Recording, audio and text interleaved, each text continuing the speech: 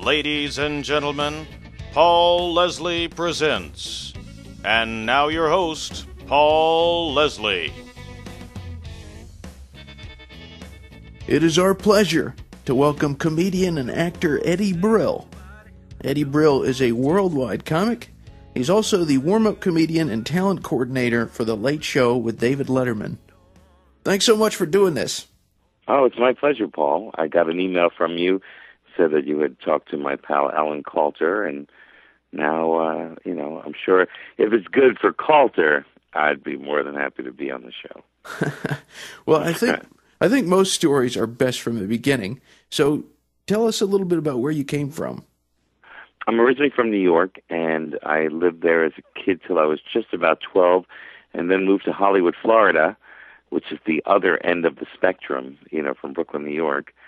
Went to junior high school and high school there, and it was pretty nice, and never thought I'd do any comedy, or I always loved comedy, and I loved George Carlin. He was my hero, and Richard Pryor, and all the comedians I would listen to on album. And I was, all ready to maybe go into college to go for math or science.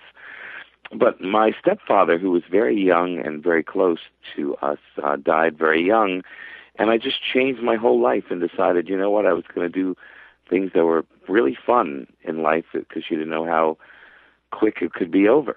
So I changed my sort of dream to go into maybe broadcast journalism, and I went to a college in Boston for that, Emerson College, and met all these very funny people at the beginning of school, and we formed a comedy group, and it was the first foray I ever had in comedy. And it was a lot of very successful people, and there's successful people now, and a lot of people who are involved on both sides of the industry, people like the president of Comedy Central, and then, like Dennis Leary, and, a mixture of a lot of different kinds of people. But one of our best friends was Stephen Wright, and he was doing stand-up. So we would go watch him, and it sounded fun, so we started doing a little stand-up. I did it for a little bit during college, and then when I graduated, I moved back to New York, and I said, I need a real job. And I quit comedy and did some advertising writing, and I realized I was lying for a living and not making that much money. And I went back into comedy so I can tell the truth for a living and have a much better career. I've never heard it put that way, telling the truth for a living. Yeah, since 1984, so in a row I've done it 25 years. Wow. Now, what do you think it is about comedy that attracts you? Well, it's just, it's just so alluring.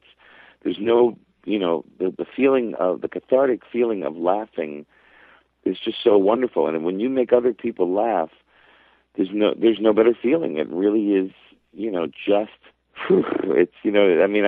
giving you sound effects. There's no words really to describe the feeling. And to be able to make people laugh is just very, very fulfilling. So, and once you get a laugh, it's like a drug. You chase that laugh for the rest of your life. You mentioned just a moment ago George Carlin. Right. Now, who would you say is your all-time biggest influence? It would be George Carlin. And what about him do you think makes him so? It's just that, the way he thought, the way he just told the truth, and was silly. He was smart and silly, and that was very attractive to me. And a lot of the things I heard him say were sort of echoing the way I thought. So I couldn't get enough of, somebody who was making people laugh, thinking the way I was thinking. And eventually that's the path I took. And the beautiful part of the story is that we ended up becoming close, and he respected what I did, which, is, now I can die. I got my hero to respect my work, and it was a really wonderful thing, and he taught me a lot, and, was really just a wonderful man, and anybody who's ever met him would say the same story. And it's not like it was just me. He was very good to a lot of people. What about the comedians that are active today, like the young guns? Who out there do you have to give the respect to? Well, Chris Rock, I would think, is the best comic of our generation. Dave Chappelle, he's not been around as much in the public side, but still out there at the comedy clubs. He's pretty damn terrific. There's Jim Gaffigan, Brian Regan, and Jake Johansson, who are sort of really smart, funny network guys. And then there's the people like Norm Macdonald and Nick DiPaolo and Colin Quinn and Nick Griffin, who may be a little darker, but still hilarious and smart and great. And I'm sure there's a million people I'm leaving out. Louis Black is very funny, and there's a good group of really great stand-up comics and young kids like Joe Wong and Tommy Jonigan, who are coming up through the ranks as young guns, who are Bill Burr, who's a phenomenal comedian, Greg Giraldo, Louis C.K. There's so many great comics out there, really doing smart, great stuff. Well, tell us a little bit about this comedy club that you had in New York City called the Paper Moon. Well, what happened was I wasn't really thinking of getting back into stand-up. I was working with the group in college, and because it was so successful, the people we went to college with respected what we did. So there was a gentleman who worked at this restaurant and heard that they wanted a comedy night downstairs in this cabaret room. And he called me because he knew, the connection of going to school with these people, Joe Mauricio, and we started comedy at the Paper Moon in 1984. And all of a sudden I was hosting the shows just to, take care of the shows, and I was paying these comedians out of my pocket with my day job just so we can get really good comedians in there. And it just became a comics club where a bunch of really great comedians from all over the country could come into the city and work out. And it was very widely popular. I don't know if those are even two things that go together. It was widely good and very popular. And it was very successful, and I did that for a while. Unfortunately, the drinking age went up from 18 to 21, and that was a real NYU kind of a place. It was called the Paper Moon. And Adam Sandler was going to NYU at the time, and he would come and work out there, and Colin Quinn would work out there, and Susie Essman, and Mario Cantone, and Paula Poundstone, and Bob Goldthwait, and all these different folks from all over, from that era. Dennis Miller would come by and work material out for Saturday Night Live at the club. So it was a pretty phenomenal place that lasted for a while. But as a comic, I started having some success, and I didn't want to be tied down to this club because I wanted to now get out there and do some good things for myself. Something that I thought was really interesting was your work with Reader's Digest. Yeah, that happened by accident. They, because of the connection at the Letterman show, oftentimes I'm asked to judge competitions, which is ironic because, you can't really judge comedians. Andy Kindler really said it best when he says you can't, I'll give you two famous painters, tell me who's the better one, but you can't. It's art. It's objective. But oddly enough, I was asked to judge this joke competition for Reader's Digest. The host got sick or hurt. I think it was hurt. And I was forced in to be the host of the show. I worked with them. It was a thing for Reader's Digest. And all of a sudden their name slips my mind. I work with them all the time. And you'll help me with this one. It's Marlo Thomas's charity, St. Jude's. I got it. Yeah, St. Jude's. Okay, so it was St. Jude's. I was able to figure it out by myself.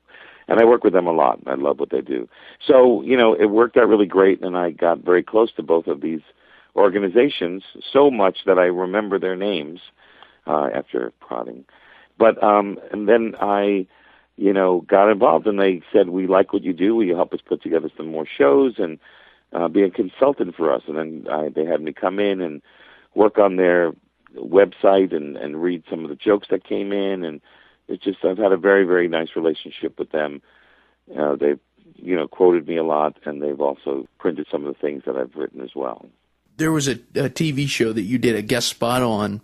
I've always felt like this was one of the funniest TV shows on television, and I tell people the name of the show, and a lot of times people seem to have forgotten it already, but that was Dr. Katz, Professional Therapist.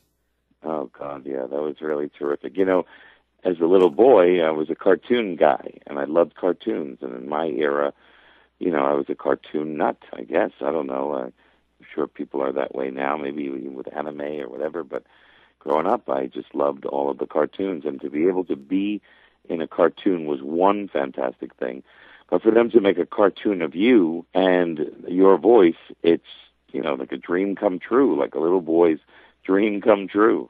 And I did Dr. Katz, and it got really great response. And I actually did a second one I was there recording the same day with a few other comedians. We were getting ready for their next season, I think the third season, and the show didn't get picked up, so none of those episodes went out. It would have been nice to do another one.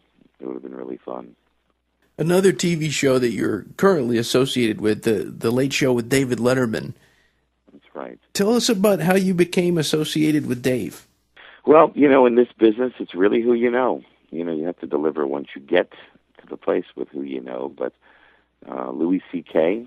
and Bill Scheft, a couple of guys who work at the show. I think Jeff Stilton was there at the time as well, I think.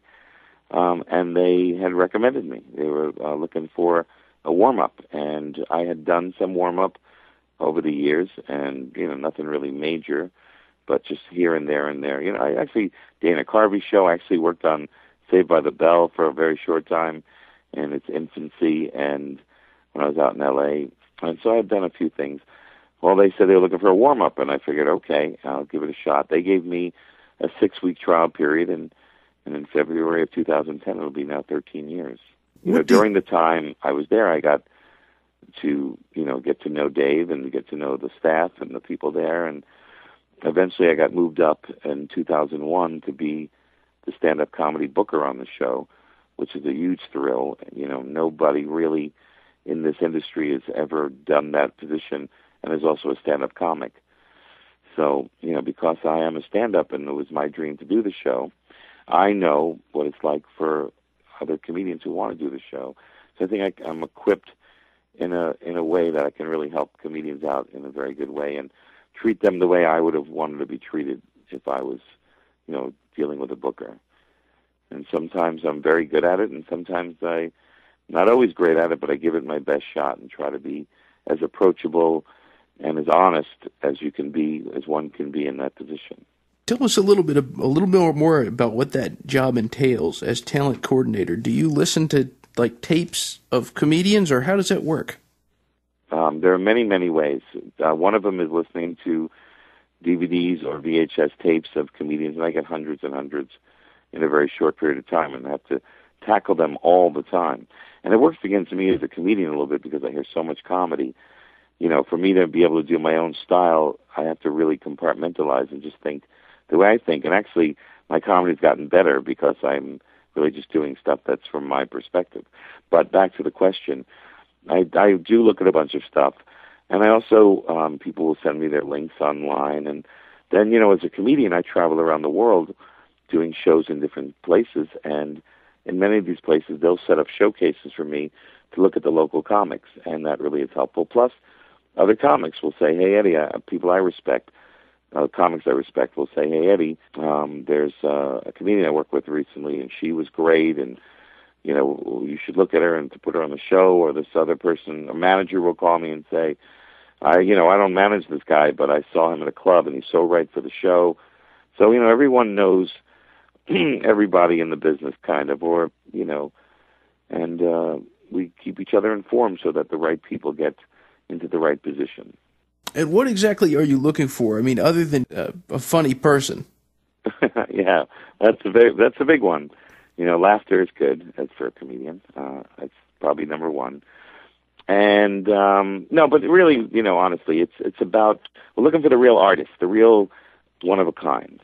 The Ray Charles of comedy, or the soulful comics. The people who really are just that there's no other comics like that in the world. And there are a smaller percentage of those kind of comedians. The Pryors, the Carlins, the Cosbys, those kind of guys, the Seinfelds, through history, the Ray Romanos, and of course I've skipped 10,000 billion brilliant comics. The one of a kinds, the ones that you remember, not because they're famous, but because they're really great comedians. And that's who we put on the show. We look for that. Look for that spark, that one of a kindness, but it's got to be smart. And it's got to be silly. It's got to be a combination like that. It's a nice, and it's not the same style we're looking for, but we're looking for the same kind of uniqueness. And most of the time we get it right. What do you think about David Letterman's comedic delivery? Oh, he's just one. I would consider him one of the best ever at what he does. and he's really who he is, and there's that one-of-a-kind guy who just, stood out from everybody else during that time, and he's only gotten better and better. And, the only way they ever get better is to go out there and do it. Well, he's done over 5,000 shows, in late-night television in the morning altogether. That's a nice little catalog of work.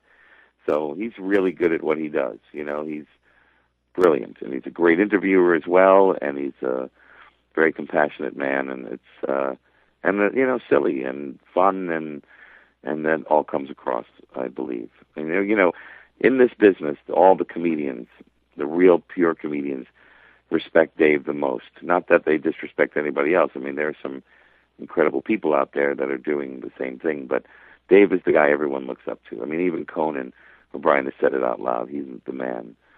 He's, my hero, and this what they do. And of course, all of us, including Dave, hero was Johnny Carson. Wow. And then all those guys, Johnny Carson, they looked up to, like the Jack Parrs and the Steve Allens and the Ernie Kovacs, and it all goes. It's generational. It's just one to the next. Dave is the guy of this era. Our special guest is Eddie Brill, the warm-up comedian for The Late Show with David Letterman. I was hoping you could tell us, through your association with the Late Show, do you have a favorite memory? There are so many. There's some of the biggest thrills of my life. I mean, again, I feel like I'm a little boy going, and then I got a fire truck, and then I got a toy boat. I got to meet Sophia Loren. When I was a kid, in my era, I'm 51, all of the kids had Farrah Fawcett posters. I had Sophia Loren. I didn't have her, but in my mind I did. But, every night I was there falling asleep with that poster.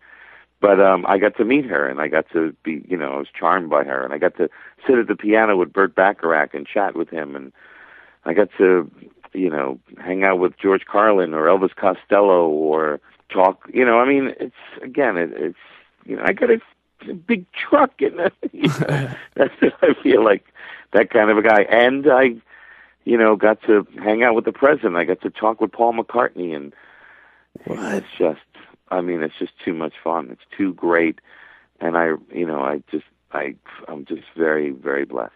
What is the best thing about being Eddie Brill? That's a weird, interesting question, because it's like, what do I say about me? I don't know. I'm not ashamed to say good things about myself. I know I'm very passionate about what I do. I'm a workaholic. I do so many different kinds of things. I'm involved with a lot of things. I'm very involved with this comedy festival called the Great American Comedy Festival in Nebraska, and Johnny Carson's hometown of Norfolk, Nebraska.